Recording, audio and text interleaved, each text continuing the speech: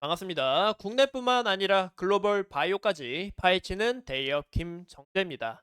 하반기 바이오 기업들의 폭락을 점치는 이 시각들이 늘고 있는데요. 하지만 제 생각은 전혀 다릅니다. 최근 삼성 바이오로직스와 그리고 알테오젠이 신고가를 달성하고 계속해서 바이오 관련 이슈들이 넘쳐나고 있는 상황인데 현재 주가는 대체 왜 조정을 받고 있는지 많은 바이오 투자자분들께서 걱정을 하고 계실 거라 생각합니다. 저 또한 굉장히 답답하고 마음이 속상한데요. 이 주주님들께서 오죽하시겠습니까? 그래서 오늘은 제가 그 답답한 마음 모두 다 날려버릴 수 있게 하반기에 국내 증시를 주도하는 것은 바이오가 될 것이라는 이유를 속 시원하게 말씀드리도록 하겠습니다. 우선 제 기준과 시가총액 순으로 나열을 해보면 코스피 탑5 바이오 기업들하고 코스닥 탑5 바이오 기업들을 확인할 수 있습니다. 이 기업들이 하반기에 강세 사이클을 나타내주는 이런 기업들이 되지 않을까 싶은데요. 이런 부분에 있어서 현재 바이오 주식들이 조정을 받는 주님들을 속상하게 하는 그 이유에 대해서 먼저 알아보겠습니다. 현재 답답한 이 K 증시 도대체 이유가 뭘까요? 그중 첫 번째로 우리가 금투세가 빠질 수가 없겠죠. 현재 2024년 2월 기준 100조 원이 넘는 개인 투자자의 자금들이 해외로 유출됐다고 합니다. 그만큼 이 유동성이 감소할 수밖에 없고 현재 국내 증시는 투자 메리트 하락과 자금 유출로 인해서 좀 굉장히 힘든 이런 모습을 나타내고 있다라는 거 우리가 확인할 수 있죠. 최근에 이 강남 부자들이 금투세를 시행할 경우 이 자금 이탈에 대해 이제 선포를 한 부분에 있어서 이 투자자님들의 심리 자체가 굉장히 꺾여 있다라고 볼 수가 있겠죠. 그리고 무엇보다 국내 시장은 비과세였는데 비과세였기 때문에 실망 매물이 현재 출현이 되고 있다라고 볼 수 있습니다. 그 다음에 이 BOJ 이사의 추가 금리 인상이 있습니다. 바로 일본 금리 인상과 엔캐리 트레이드에 대한 이 청산 부분이 현재 걱정이 된다라는 것과 그리고 현재 이 피해 공포라고 하죠. 경기 침체 우려가 아직 증시에 반영되고 있다라고 볼 수가 있습니다. 또 무엇보다 이 미국의 4년 만에 첫 금리 인하를 앞두고 있는 만큼 현재 변동성이 증가를 하지만 국내 증시 같은 경우 이런 흐름에 있어서 더 큰 타격을 받고 있다라고 봐주시면 좋을 것 같아요. 이제 코스피와 코스닥 제가 지수를 좀 갖고 왔는데요. 이때 당시에도 엔캐리 트레이드 청산과 그리고 경기 침체에 대한 공포로 인해서 증시가 좀 급격하게 빠졌습니다. 하지만 다시 이렇게 아무 문제 없이 크게 회복한 걸 볼 경우에는 현재 우리가 확실히 알 수가 있겠죠. 시장이 싫어하는 것은 바로 뭐다? 바로 불확실성이라는 겁니다.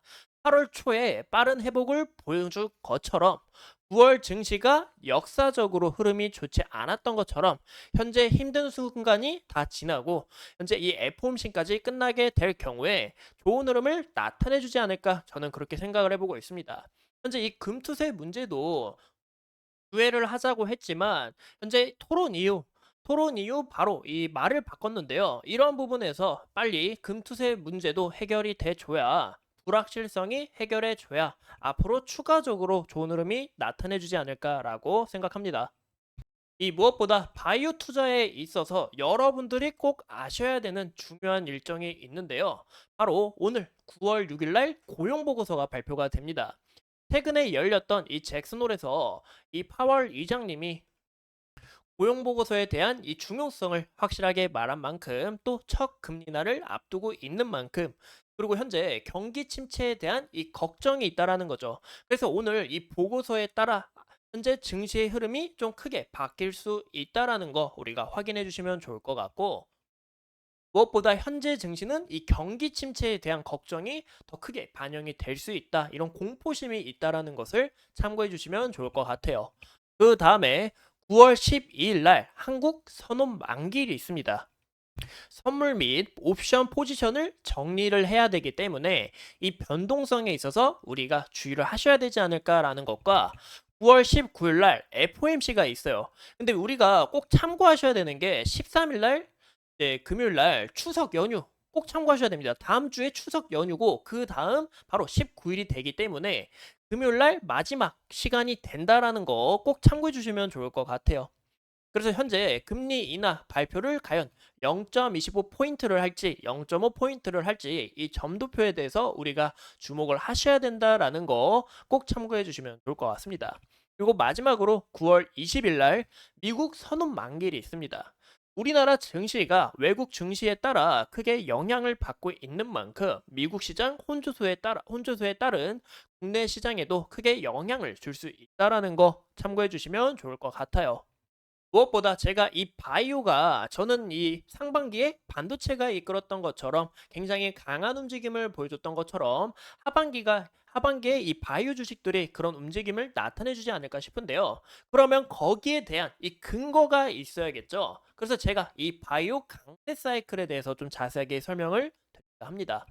무엇보다 금리 인하를 앞두고 있기 때문에 실질적으로 금리를 인하하게 될 경우 시장의 유동성 확장과 그리고 빅파마 기업들의 R&D, 라이선스, 파트너십 체결이 순조롭게 이루어질 수 있다는 거죠.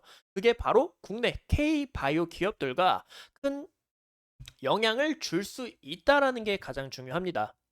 현재 금리 인하는 보이시는 것처럼 0.25포인트 이 베이비 스텝과 그리고 0.5포인트 빅 스텝으로 나눠져 있는데요. 현재 이 아직 베이비 스텝에 대한 이런 전망이 굉장히 높은 것을 우리가 확인해 볼 수 있죠. 현재 이 금리 인하가 바이오 기업들에게 큰 영향을 줄 수밖에 없는 이유, 주식 가치 자체가 미래 현금을 현재 가치, 즉 기대감이라는 겁니다. 우리가 이 기대감을 중요시 보셔야 돼요.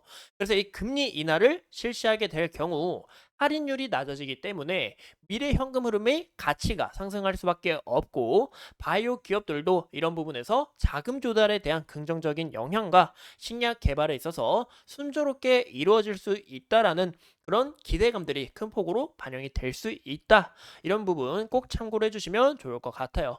그 다음으로는 이 세 가지를 더 추가적으로 이야기를 드리고 싶은데요. 잠시만요. 이 부분은 제가 아까 말씀드렸던 구간이고, 현재 이 부분에 대해서 더 자세하게 설명을 드리자면, 현재 국내 바이오 기업들은 실체를 나타내고 있습니다. 바이오 기업들 이 실체가 불확실성하잖아요. 하지만 알테오젠이나 유한양행 등 이런 부분에서 K-바이오 실체가 있고 정말로 성장해 나가고 있구나. 이런 것을 우리가 확인할 수 있다라는 거죠. 제가 이 알테오젠 같은 경우 좀 우리 주주님들이라면 공감하실 겁니다. 임상 3상 이 SC 제형 기술로 현재 빅파마하고 임상 3상을 진행하고 있다. 근데 비밀 계약 유지라서 누군지는 밝힐 수 없다라는 건데 우리가 그런 부분에서 추측을 많이 했잖아요. 수조 원의 임상 비용에 있어서 특허 만료를 해야 이제 막아야 되는 이런 기업이다. 그러면 머크에 키투루다밖에 없는데 이 키투루다가 글로벌 탑 1위医薬품인 만큼 여기에 대한 우리가 기대를 많이 했지만 그 결과가 맞았던 것처럼 이런 바이오 기업들이 하반기에 또 등장할 수 있다라는 게 가장 중요한 겁니다. 그리고 무엇보다 2세대 약물 특허, 아까 말씀드린 이 알티오젠하고 좀 비슷한데요. 이 약물 특허가 대부분 만료되다 보니까 국내 시밀러 기업들이 대거 투입될 수밖에 없다. 그런 부분에서 기대감이 큰 폭으로 형성될 수 있다라는 게 가장 중요하겠죠.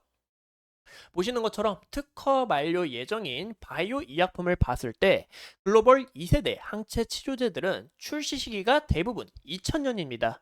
대부분 이 특허 만료 2030년까지 만료가 20년에서 30년이라는 시간을 갖는데요.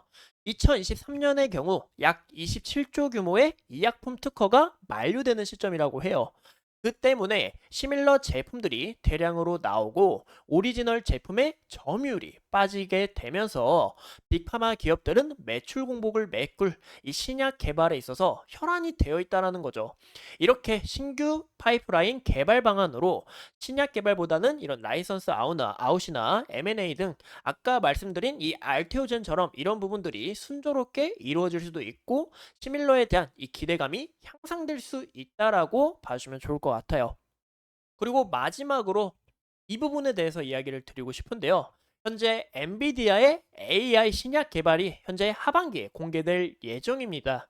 현재 잭슨왕 같은 경우 현재 차세대로 우리가 산업을 봤을 때 이 생명공학이 제일 중요하다라고 이야기를 했어요.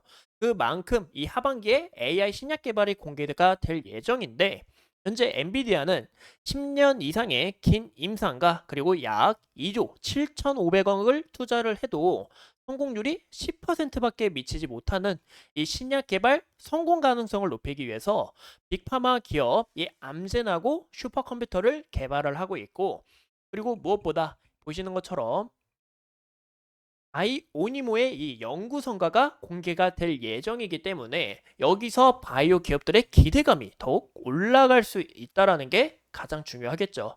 우리가 상반기를 한번 생각해 보셔야 됩니다. 상반기 같은 경우 엔비디아의 미친 듯한 이 폭주와 함께 우리나라 반도체 기업들도 굉장히 강한 흐름을 나타내 줬어요.